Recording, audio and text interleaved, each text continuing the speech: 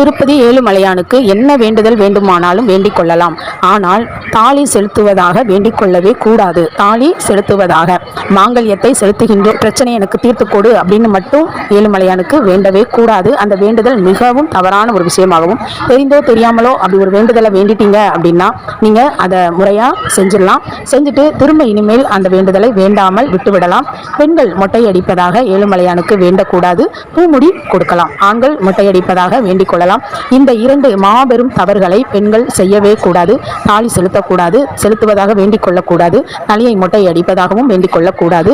பூமுடி கொடுப்பது மிக மிக சிறந்ததாகும். பெண்கள் இயற்கையாகவே மொட்டை போடுதல் என்பது அந்த பிறந்தவுடன் செய்து கொள்ளலாம். வளர வளர முடி காணிக்கை என்பது கொடுக்கக்கூடாத ஒரு விஷயமாகவும், ஆனால் இந்த பூமுடி செலுத்தும் முறையை அழகாக செய்து கொள்ளலாம். சில பேருக்கு ஜடை விழுந்திருக்கு அப்படின்னு நினைச்சாங்க அப்படின்னா, பிறந்த போது முடி எடுக்காமல் இருந்தால் அந்த ஜடை விழும். அவர்கள் மொட்டை அடித்துக் கொள்ளலாம்.